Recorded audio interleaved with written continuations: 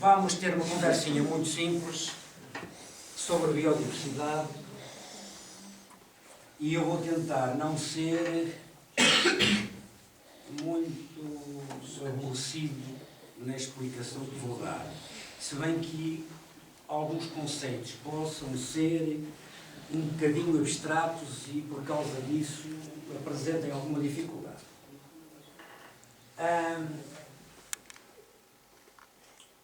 Se calhar apagava a luz aí. Oh, escurinho. As luzes. Para se ter um bocadinho melhor. Ora, quando falamos de vida. Ó Cavaca, anda para aqui fazer-me companhia. Anda, salta para cá, não.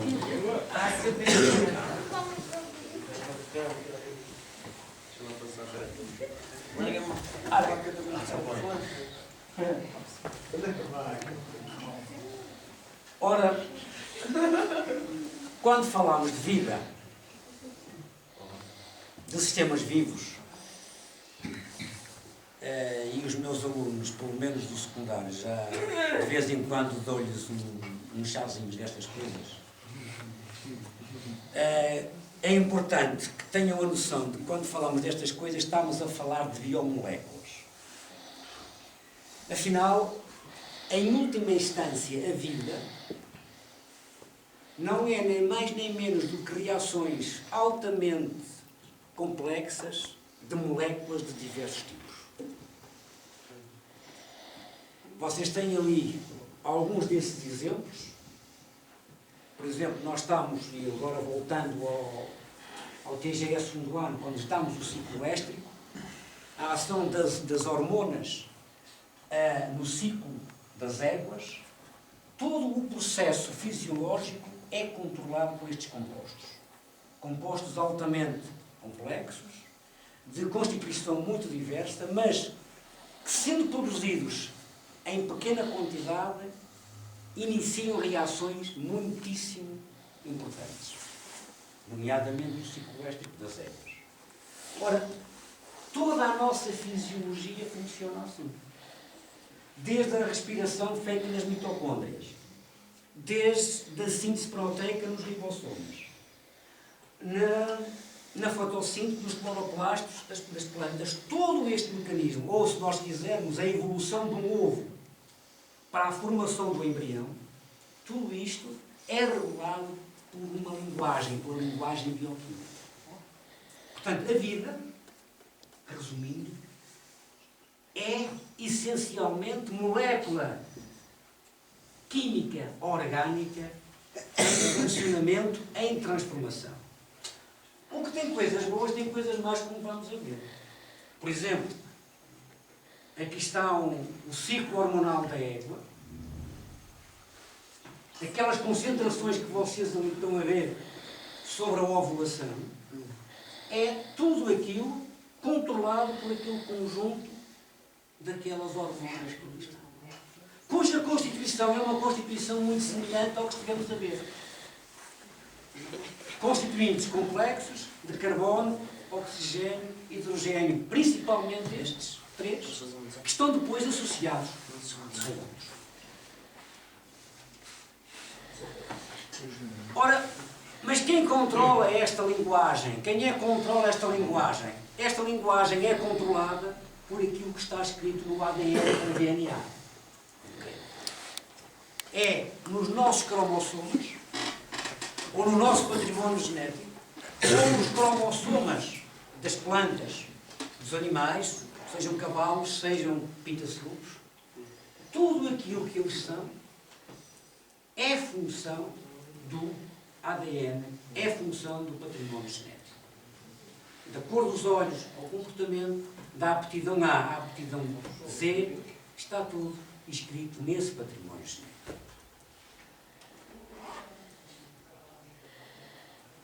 Onde é que estas substâncias estão? Estão em todas as formas de vida. E vamos dizer que a vida começa na bactéria. Se bem que o início da vida não se sabe muito bem se é a bactéria ou se é o vírus.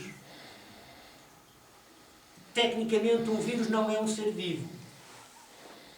Ou pelo menos não era há uns tempos atrás. Agora não sei como é que a classificação está.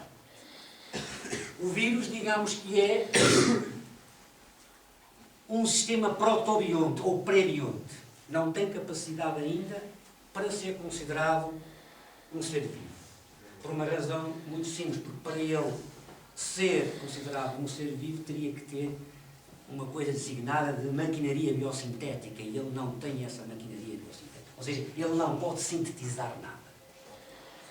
Mas estas substâncias da vida, onde é que elas estão? Estão em todos os seres vivos. Sejam eles bactérias, fungos, plantas ou animais, sejam eles que tipo de animais forem. Ora, então quando falamos de biodiversidade, falamos essencialmente de 3 tipos de biodiversidade. A biodiversidade genética, a biodiversidade específica, a biodiversidade ecológica. São os 3 tipos fundamentais de biodiversidade. E há depois outros autores que acrescentam outros tipos de biodiversidade. Há um tipo de biodiversidade que eu não coloquei ali porque não considero que seja importante para esta abordagem, que é a biodiversidade cultural. Deixei de lado. E acrescentei ali um outro tipo de biodiversidade, que é a biodiversidade funcional, que nós já vamos ver para que é que serve essa biodiversidade funcional. Se quiserem, entretanto, colocar alguma questão, não existe. Eu prometo não dar cabeça nenhum. A não ser estas 2 meninas que eu ponho lá a dormir com uma nanás durante 15 anos. Olha, isto tem que haver depois censura aí no filme. Ora bem, biodiversidade genética é, se quiserem uma definição, a diversidade de genes. E atenção, não há dúvida, ninguém aqui duvida, que há uma diferença tremenda de genes entre um gene de um rato e um gene de um cavalo. Ou entre o genoma do rato e o genoma do cavalo. Ou entre o genoma de uma macieira e o genoma de uma pereira. O problema é que, por exemplo, considerando isto, penso que isto é um ensaio de trigo, dentro da mesma espécie, há variedades, e essas variedades apresentam genoma diferente. O que é que eu quero dizer com isto? De uma forma mais simples, diria que o centeio da beira interior não tem o mesmo genoma que o centeio de Monte Alegre. Ora, o genoma o que é que faz? O genoma implica particularidades naquelas biomoléculas. Então isto no centeio o que é que pode fazer? Pode fazer com que o centeio, por exemplo, de Monte Alegre, seja mais rico num aminoácido essencial do que o centeio da beira interior. São questões de pormenor. Estamos a falar de moléculas de química. Estamos a falar de bioquímica. São questões de pormenor, mas são questões fundamentais. E, por exemplo, eu já disse isto hoje a alguns alunos de uma notícia que eu ontem ouvi, de um engenheiro civil de 30 e poucos anos que, não tendo possibilidade de ganhar a vida como engenheiro civil, dedicou-se à agricultura. Saiu ontem na televisão, na RTP1. Ora, isto, mas ele está a fazer não a agricultura do século passado, não, mas uma agricultura que aposta em quê? Em em produtos valorizados, ou de valor acrescentado, como queiram, deixo esta linguagem ali para o ilustre Dr. Eduardo, que saberá dizer melhor, falar sobre essas coisas, sobre essas questões económicas melhor. O que é que isto quer dizer? Quer dizer que, por exemplo, voltando ao centeio, pegando numa determinada variedade de centeio, vocês poderão produzir, por exemplo, uma farinha ou um pão, uma massa, mais rica em determinado conjunto de aminoácidos, que pode ser, por exemplo, recomendado e utilizado para o tratamento de determinadas doenças ou para que determinadas pessoas, sofrendo de determinadas patologias, possam consumir esse centeio e essa farinha. Ou seja, produtos altamente especializados. Mas aquilo que interessa para nós, neste momento, é isto, é que cada amostra daquilo que ali está, sendo a mesma espécie, tem património genético diferente. A espécie, não sei se vocês se lembram, é, digamos, a parte menor da classificação. Temos o reino lá em cima e a espécie cá em baixo. E a espécie divide-se ainda em subespécies. E as subespécies depois dividem-se em raças, tribos, cultivares, e entra-se depois por ali numa situação muito complexa, onde as discussões deixam muitas vezes de ser técnicas para ser económicas ou políticas. É quando é que um indivíduo ou um conjunto de indivíduos passam a ter a designação de raça ou a designação de variedade. Mas dizendo, diversidade genética é a diversidade de genes que nós temos relativamente a um determinado conjunto de ser vivos. A seguir, vem a diversidade específica. A diversidade específica é muito mais simples, que é a diversidade de espécies. Se a de genes pode apresentar alguma confusão para vocês compreenderem, a de espécies não. É a diversidade de espécies. Quando nós vamos dar uma volta por aí, quanto mais espécies nós vemos, maior é o índice de diversidade deste ecossistema. Também podemos dizer que os genes, onde é que estão? Estão nas espécies. Não há genes fora das espécies. E como não há genes fora das espécies, as espécies também precisam de sítios para viver, que são os ecossistemas. Então, além de termos a diversidade de genes, a diversidade de espécies, temos a diversidade de ecossistemas. Está tudo em cadeias. E o desaparecimento de um deles põe em causa a existência de todos os outros. Daí que seja muito importante não só a preservação da espécie, como a preservação do gene, como a preservação do ecossistema.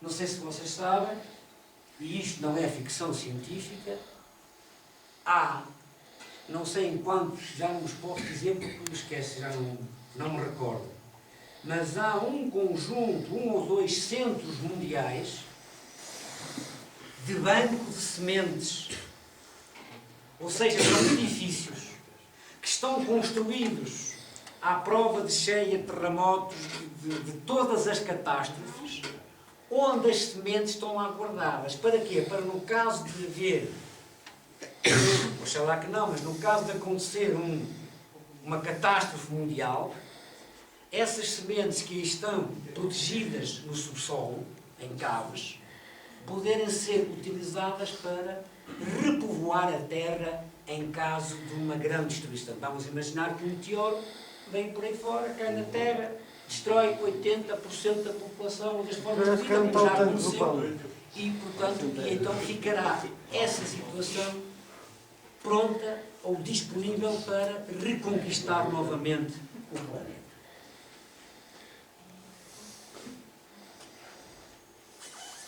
Então, para quê a biodiversidade? E tanto se fala na biodiversidade, e que é certo é que ela é sistematicamente destruída porque outros interesses se sobrepõem a essa biodiversidade. Está ali um esquema, está em inglês, mas facilmente compreende. A biodiversidade como componente vai originar o quê? Vai permitir o funcionamento do ecossistema. Funcionamento esse que vai dar origem a determinados produtos que são essenciais para o bem-estar humano. De uma forma muito resumida, é o que ele está escrito. Portanto, a biodiversidade é fundamental para o funcionamento do ecossistema. O ecossistema, ao funcionar, vai originar produtos. Esses produtos são fundamentais para o bem-estar humano. que é que eu posso dizer? Um exemplo disto, as micorrizas. As micorrizas são fungos que existem das raízes das plantas. Uma planta com uma raiz micorrizada, o que é que vai fazer? Vai explorar maior área de volume. Ou melhor, perdão, vai explorar maior volume de solo. Ao ter maior volume de solo, o que é que vai ter? Vai ter mais água, vai ter mais nutrientes. Se tem mais água, se tem mais nutrientes, a produtividade vai ser maior. A taxa fotossintética vai ser maior. Se vai ser maior, vai crescer mais. Vai produzir mais. Portanto, reparem como é que um fungo que aparentemente nada tem a ver com a planta pode contribuir para um desenvolvimento muito mais eficaz dessa mesma planta. Aliás, hoje, muitos viveiros fazem já isso, fazem já a micorrização das plantas que vendem, para que elas tenham mais capacidade para se ingrar no ecossistema natural.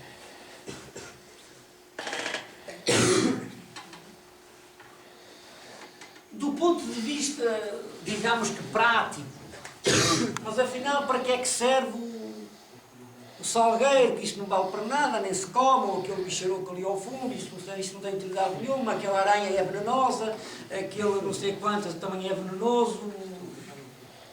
Por exemplo, a famosa aspirina, que vem de uma planta chamada salgueiro, Salix qualquer coisa, que há várias espécies de salgueiro, foi retirada do salgueiro aquele ácido que ali está, aquela molécula orgânica que ali está, ao qual deram o nome de acetil salicílico. Acetil porque tem o grupo acetil, salicílico porquê? Porque vem do salix, vem do salgueiro. E é um dos medicamentos mais utilizados por nós. Não é só utilizado para a dor de cabeça, para gripes e constipações, também é, por exemplo, utilizado para as pessoas mais idosas para evitar que o sangue forme coágulos e desses coágulos haja o aparecimento de tromboses. Portanto, reparem como é que o salgueiro, que aparentemente não serve para nada, é a base de um dos medicamentos mais utilizados e que andam a estudar ainda outras propriedades que ele eventualmente venha a ter e que ainda são desconhecidas. Outro, o teixo, que esteve quase a desaparecer. Ó Zé, anda para aqui também. Ó, para aqui, anda cá. Anda cá, Joãozinho. Sim, anda cá. Quando estás a distrair. É uma chatice.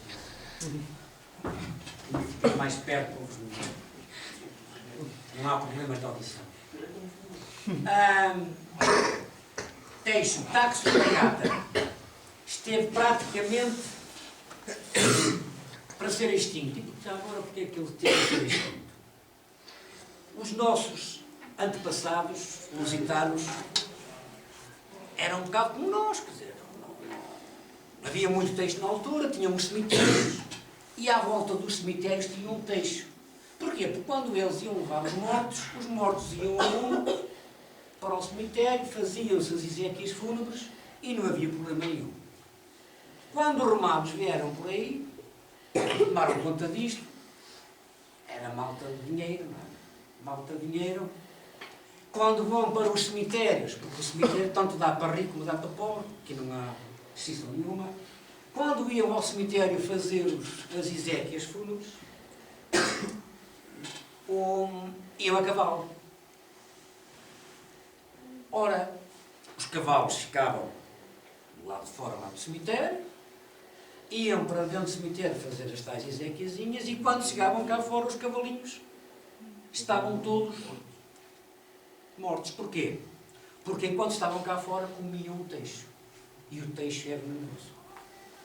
Então vai daí, cortaram os teixos todos e introduziram o cipreste, que é o cupresso sempervirens, que é aquele cupresso coronário a quem chamam, e hoje chama-se o cupresso, o cedro dos cemitérios.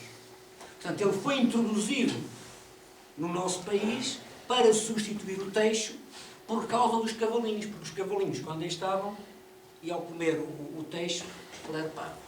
Bom, sendo uma planta venenosa, praticamente esteve extinta.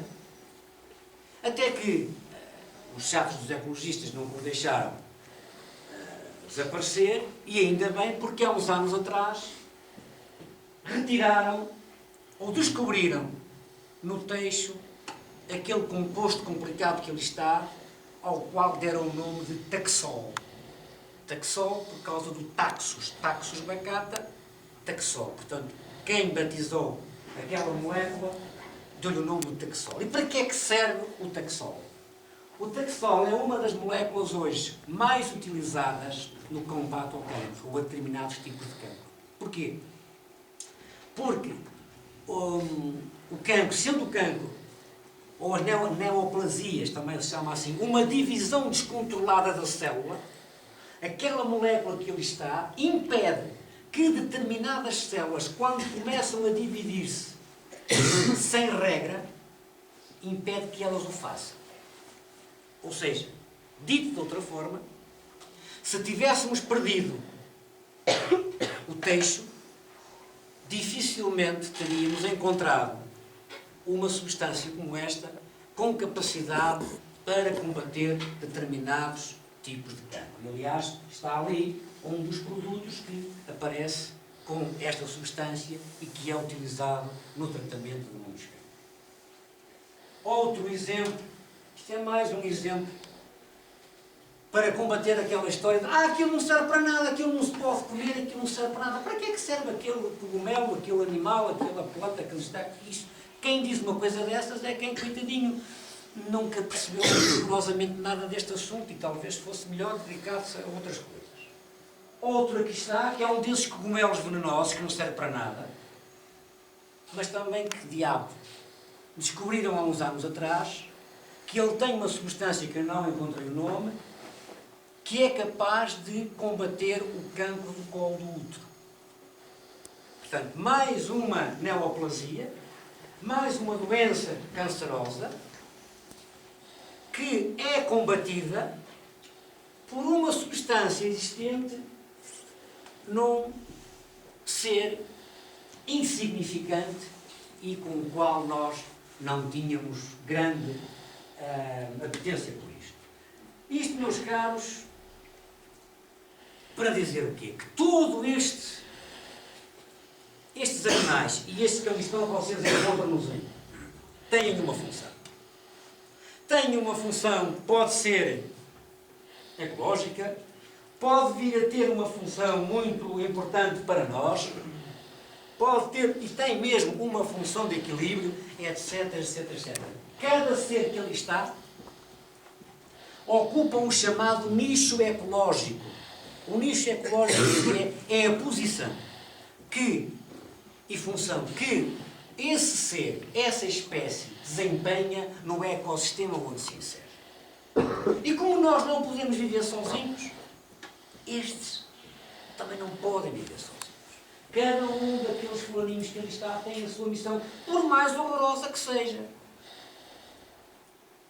Os caçadores não gostam da raposa que dá cabo dos coelhos. Mentira. A raposa até contribui para uma boa existência de coelhos, porque uma raposa, e quem diz, a raposa diz a área, apanha sobretudo o coelho doente e o velho. Um coelho novo saudável é muito difícil de fazer. E quando a raposa ou o predador apanha a presa contaminada, está a prestar um favor a essa população, porque a doença não se espalha. Mas muitas vezes nós temos a ideia errada. A ideia de que aquele predador está-nos a fazer concorrência, está a dar cabo daqueles coelhinhos e leves, etc, etc. Ora, biodiversidade funcional, que era o outro tema que lá está. Vocês agora ouviram, ou têm ouvido, não sei se ouviram notícias, que a azeitona, a mosca da azeitona vai dar por aí o que fazer e está a dar por isso. Está-se, está a dar. E os culpados podem ser muitos, mas os culpados, em primeiro lugar, são os produtores da azeitona. Porque os produtores da azeitona não têm, na maior parte dos casos, o ecossistema olival em condições. Dito de outra forma, se existe a mosca da azeitona, existe. A mesma mosca tem outros insetos que a comem, ou outros seres que a comem. Ora, se o ecossistema estiver equilibrado, não é necessário, ou não há problemas de mosca da azeitona. Vocês o que ali têm são alguns desses exemplos de predadores. A joaninha está a comer a filhos. Aquela verdinha que ali está chama-se crisopa. É um predador, também come piolhos. A outra que ali está é um serfídeo. Também é predador. O outro é um himenóptero parasitoide. Não sei se vocês estão a ver, não sei se calhar não conseguem ver estas coisas. Ele está com o abdômen a espetar uma espécie de um estilete dentro do pau do piolho. O que é que ele está a fazer? Isto é uma fêmea, está a colocar o ovo ali dentro. Ao colocar o ovo vai desenvolver e vai desenvolver-se à custa do piolho. O piolho, mais dia menos dia, morre. Armas para gerir o ecossistema não faltam. Nós não sabemos é como é que se gera. E esta ideia de biodiversidade funcional ou de infraestruturas ecológicas, que eu vou falar mais à frente, é uma ideia que ainda pouca gente usa, porque estamos agarrados aos manuais do século passado, porque isto também dá trabalho, ler estas coisas e estudar isto também dá muito trabalho. E fazer trabalho de campo. Ora, e depois ali, o que é que ali temos? Aparece aquela plantinha, o que é que está ali a fazer? Aquela planta é, aquela e outras, são fundamentais, e eu vou dizer isto mais à frente, volto a repetir, não me interessa, porquê? Porque muita da fertilidade destes que são os auxiliares depende do que eles comem, das vitaminas que retiram de muitas flores. E não são todas iguais. E aí vamos entrar no ramo da botânica e vamos entrar aqui em diversos tipos de pólen. E cada pólen tem uma composição específica. Não há pólen igual. E que composição é essa? É composição muito variada em vitaminas, sais minerais e aminoácidos. Fundamentais para quê? Para a própria vida das espécies. Portanto, no fundo, a biodiversidade funcional é o quê? É aquilo que procura, ou melhor, nós deveríamos preocupar, ou nós deveríamos procurar nas nossas quintas, de forma a que as pragas não tomassem dimensões capazes de causar prejuízo. Porque na natureza não existem pragas. A praga é um excesso populacional derivado de um desequilíbrio. Por isso é que nós ainda estamos um bocadinho... Aqui há 2 anos atrás andámos todos orgulhosos, tínhamos o maior olival da Península Ibérica ou da Europa, ou coisa parecida. Os nossos governantes todos, peito para fora, todos orgulhosos. Isso é um desastre. Qualquer pessoa que perceba minimamente de ecologia sabe que isso é um desastre. O maior olival, ou o maior pomar, ou coisa parecida, mexa contínua, é convidar as pragas ao filhos reproduzidos. Então, não falta alimento, então vamos embora. Volta para a frente. É muito difícil gerir-se isso. Como a praga do pinheiro. Ou as pragas do pinheiro, que são várias. Ou então o nemato. Então, se nós espalhamos a nossa floresta é quase que monoespecífica, uma praga que ali apareça, olha, maravilha, é só pinheiro, é só comer, vamos embora, vamos crescer. Temos condições climáticas, temos condições nutricionais, crescei e multipliquei-vos. Não há nada. O que podemos fazer para evitar essas situações? Para evitar, é gerir, é desenhar o ecossistema. Repara o que estamos aqui a desenhar. Este desenho. Cultura A, cultura B. A praga que consome esta cultura não é a praga que consome esta. Logo à partida, por exemplo, se uma praga desta cultura cair aqui, coitadinha, não tem grande sucesso de vida. Da mesma forma, se uma daqui cair lá, também não vai longe. Depois, o que é que temos ali ao fundo? Temos um bosque. Um bosque, cervos ou coisas parecidas. O que é isso? É, no fundo, é um nicho de biodiversidade. É deixar que ali, a uma distância razoável, os predadores se constituam, cresçam, se instalem, se desenvolvam para vir aqui buscar as presas, que são as nossas pragas. No fundo, aquilo que tem que se fazer é este desenho. E claro, não pensem que isto também é fácil. Não estou a dizer que a gestão do ecossistema nesta fase ou nesta base que seja sucesso garantido. Não. Se isso fosse assim, não era preciso engenheiros. Porquê? Porque o ecossistema é uma entidade dinâmica. O ecossistema não é uma coisa estática. Eu construo esta casa, isto acabou, isto não se mexe. Pode cair lá com um terremoto, mas não se transforma. Um ecossistema não. O ecossistema muda. Com as estações do ano, com o frio, com a chuva, com o vento, com os fogos, com isto e com aquilo. Daí que os TPA, por exemplo, se fizerem um estágio, mesmo aqui na escola, no pomar de macieiras, têm que todas as semanas fazer amostragens. Fazer amostragens para quê? Para ver, por exemplo, como é que está a evolução do araguiço vermelho. Se está em 10%, 5%, 20%, 50%. Ou utilizar feromonas e armadilhas sexuais para ver se o bichado já anda ali à solta. Portanto, são amostragens e intervenções que se fazem nas populações para evitar que elas atinjam determinados níveis, que são os chamados níveis económicos de ataque. Dito de uma forma simples, é aquele nível em que me compensa fazer um tratamento químico. Às vezes também tem que ser feitos tratamentos químicos.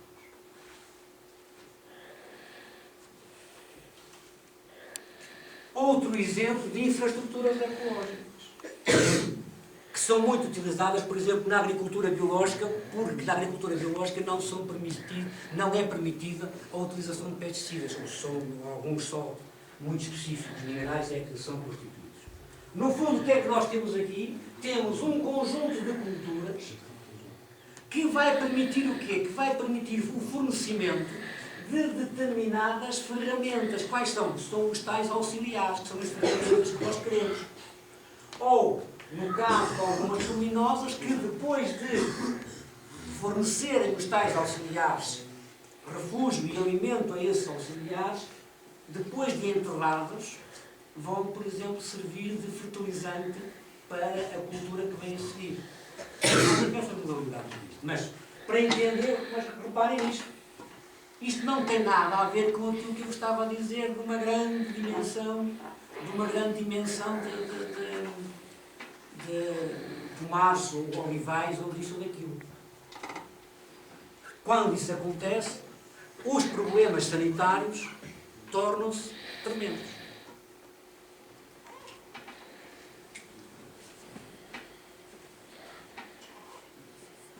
No fundo, o que é que nós queremos? Queremos é que, em determinados pontos do meu ecossistema agrário,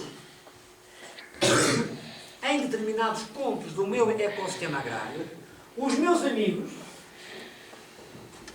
amigos auxiliares residam. Pode ser um bosquete, pode ser uma berma.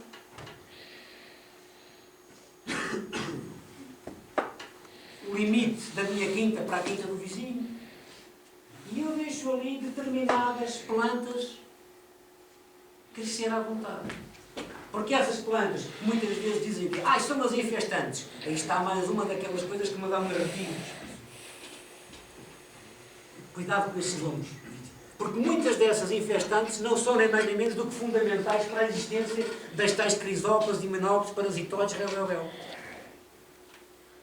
Um dos erros que muitas vezes fizeram quando se começou a fazer luta biológica foram as biofábricas reproduziam esses bicharocos todos e depois libertavam-nos. Sim, senhor, o animal é libertado, até chegou a ser libertado de avião muitas vezes, é libertado de avião, mas ele depois não tem condições para se alimentar. Porque, em alguns casos, por exemplo, destes predadores, o predador é o inseto antes de chegar à fase de adulto. Porque na fase de adulto ele só anda atrás das florzinhas. Ora, se eu aplico herbicida para não ter vegetação espontânea nenhuma, o desgraçado, mesmo sendo libertado, não se vai reproduzir. Porque não tem flores nenhuma. Mas há uns anos atrás pensava-se, não, até lá, depois se desenrasca. Mentira. Por isso é que muita luta biológica deu fiasco. Porque não entraram em consideração com as exigências que muitas dessas espécies tinham. Porque eu, no meu ecossistema, o que é que eu tenho que ter? E é por isso que a matemática serve para vermos estes gráficos bonitos. É ter as populações aqui para baixo. Aqui em cima é o nível económico de ataque. Aqui temos as populações de praga e de predador. E o que eu quero é que o meu predador esteja aqui embaixo. E em vez de fazer isto, que é uma introdução, em vez de introduzir os inimigos naturais, eu tenho que criar o quê? Eu tenho que criar condições para que eles sejam residentes. Também posso ser obrigado a introduzir se ele não existir. Mas aquilo que eu devo fazer, acima de tudo, é criar condições para que eles sejam residentes.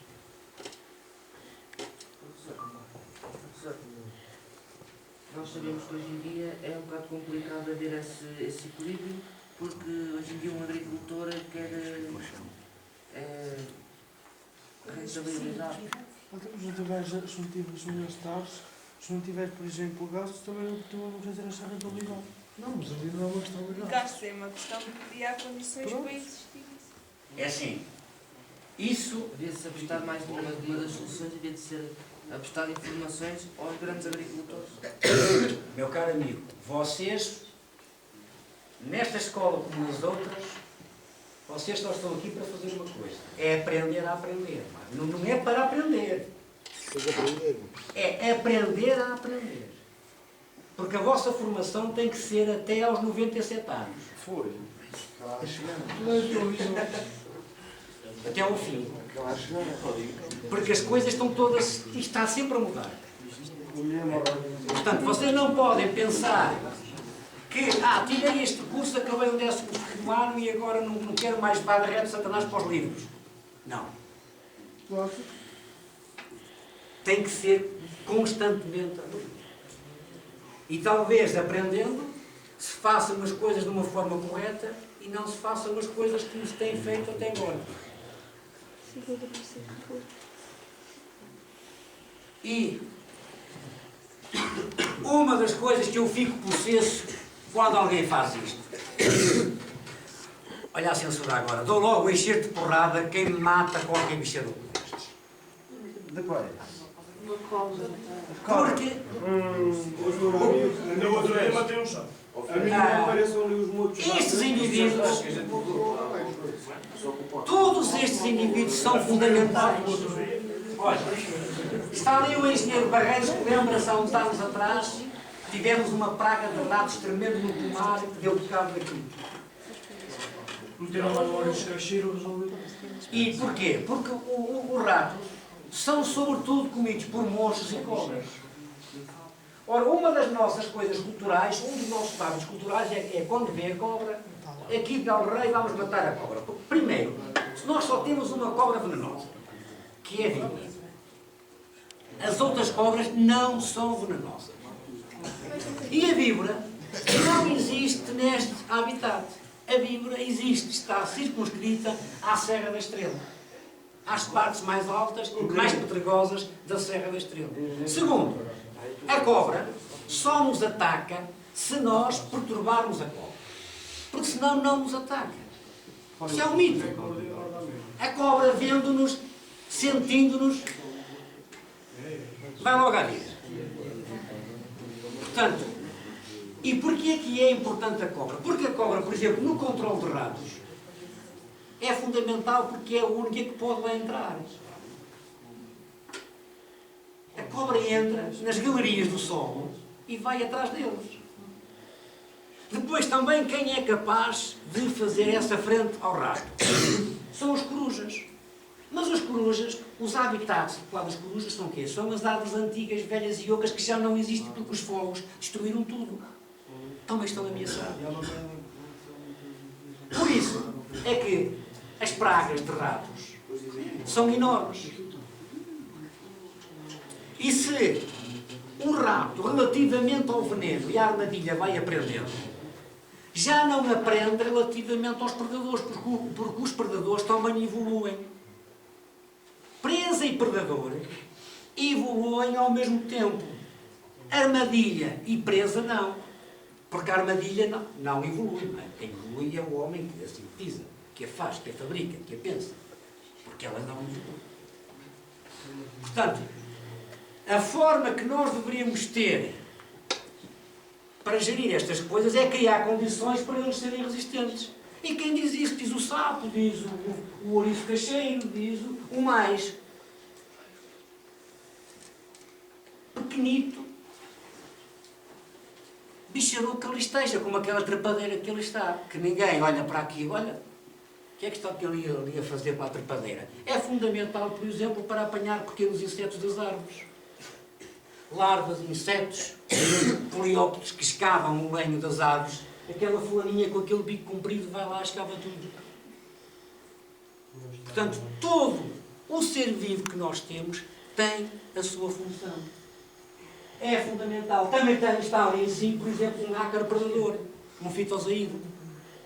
Se é verdade que nós temos ácaros fitófagos, são os ácaros que comem as plantas, também temos ácaros predadores. Agora, para termos ácaros predadores, temos que criar condições para ter esses ácaros predadores. E o que é que eles nos vão fazer? Vão fazer com que, por exemplo, o aranhiço vermelho da macieira não atinja dimensões economicamente insustentáveis.